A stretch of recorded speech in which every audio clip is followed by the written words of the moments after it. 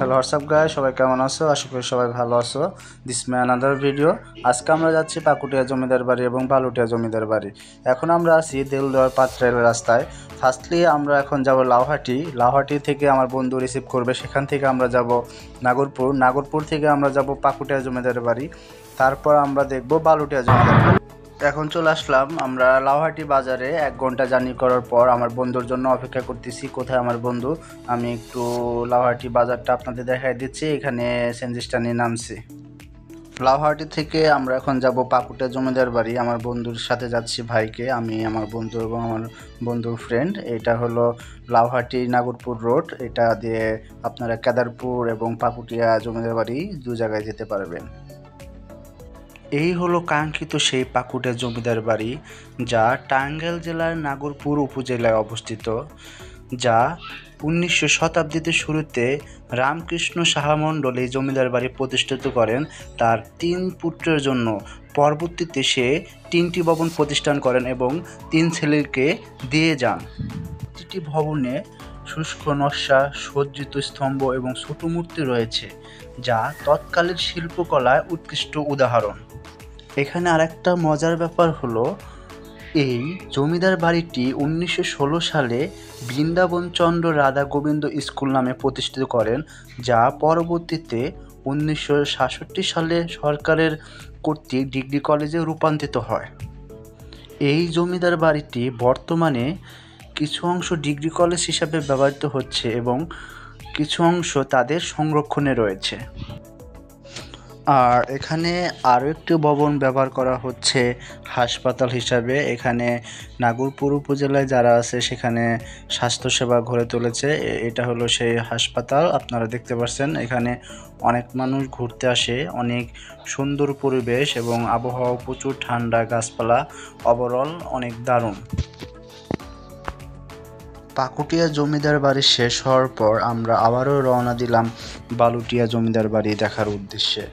আমাদের পাকুটিয়া জমিদার বাড়ি থেকে বালুটিয়া জমিদার বাড়ির দূরত্ব তেমন বেশি নয়, প্রায় 7 কিলোমিটার। এখন আমাদের যেতে কত সময় লাগবে তা ডিপেন্ড করে রাস্তার উপরে। যেহেতু আমি প্রথম এসেছি তাই জানি না। আমরা প্রায় 20 মিনিট পরে চলে আসলাম বালুটিয়া জমিদার বাড়ি। এটা হলো বালুটিয়ার জমিদার বাড়ির ফ্রন্ট সাইড এবং ভিউটা অনেক সুন্দর। শুরুতেই দেখা যাচ্ছে 4টা বিল্ডিং এবং ভিতরে প্রবেশ করব এবং টিকিট কাটতে হবে অবশ্যই।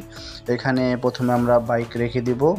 এখানে বাইক স্ট্যান্ড করার জন্য নিল 30 টাকা এবং ভিতরে টিকিটের মূল্য প্রতিজনের কাছ থেকে নিচ্ছে 30 টাকা।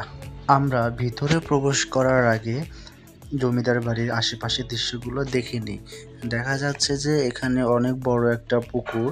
সেখানে সবাই মনের আনন্দে গোসল করতেছে এবং খুবই স্বচ্ছ পরিষ্কার পানি এবং পুকুরের পাশে রয়েছে অনেক দোকান।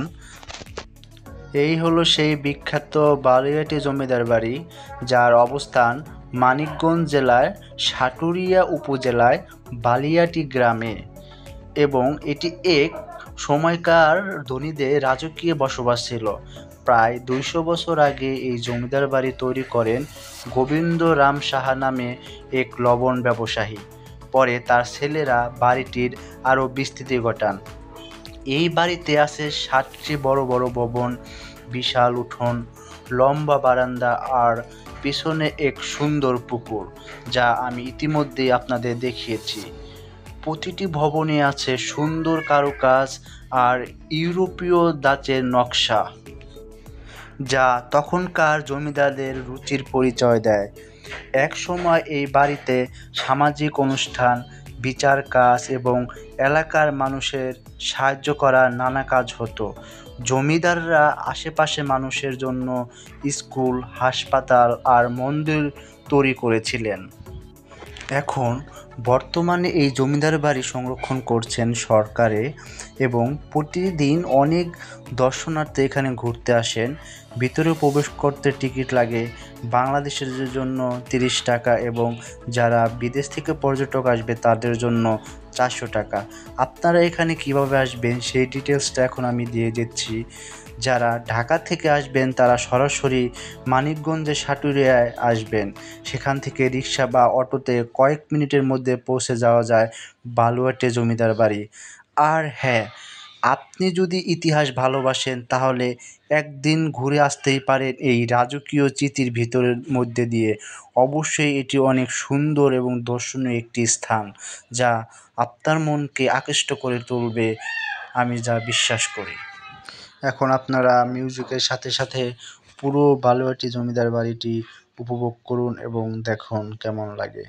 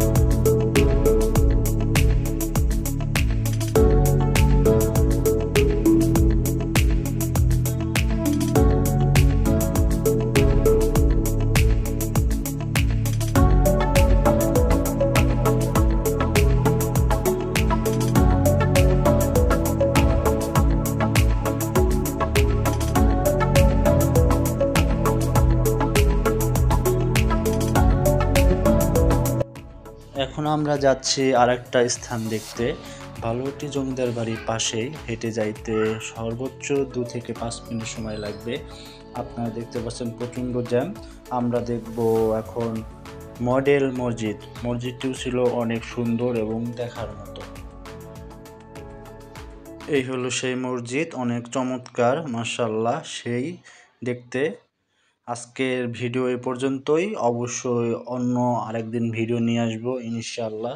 সবাই ভালো থাকুন, সুস্থ থাকুন এবং সবাই সবার জন্য দোয়া করুন।